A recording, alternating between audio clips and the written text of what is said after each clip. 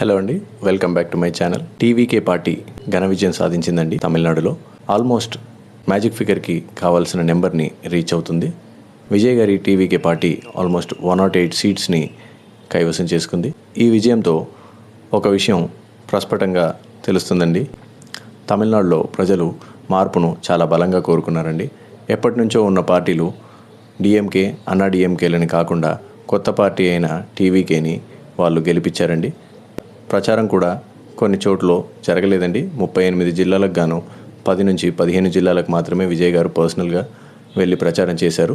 అయినా సరే ఆ పార్టీనే గెలిపించారు అంటే వారు ప్రత్యామ్నాయం కోసం ఎదురు చూస్తున్నారు అని అర్థమవుతుందండి.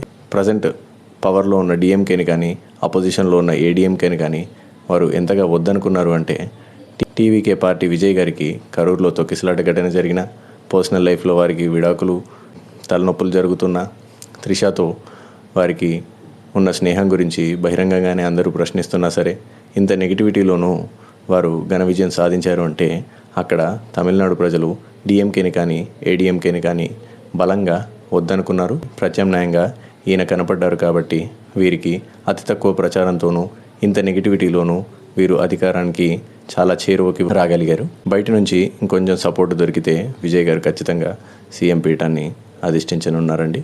All the best to Vijay గారండి. అండ్ తమిళనాడు ప్రజలకి వారి చాయిస్కి salute. Thank you. Please subscribe to my channel for more such news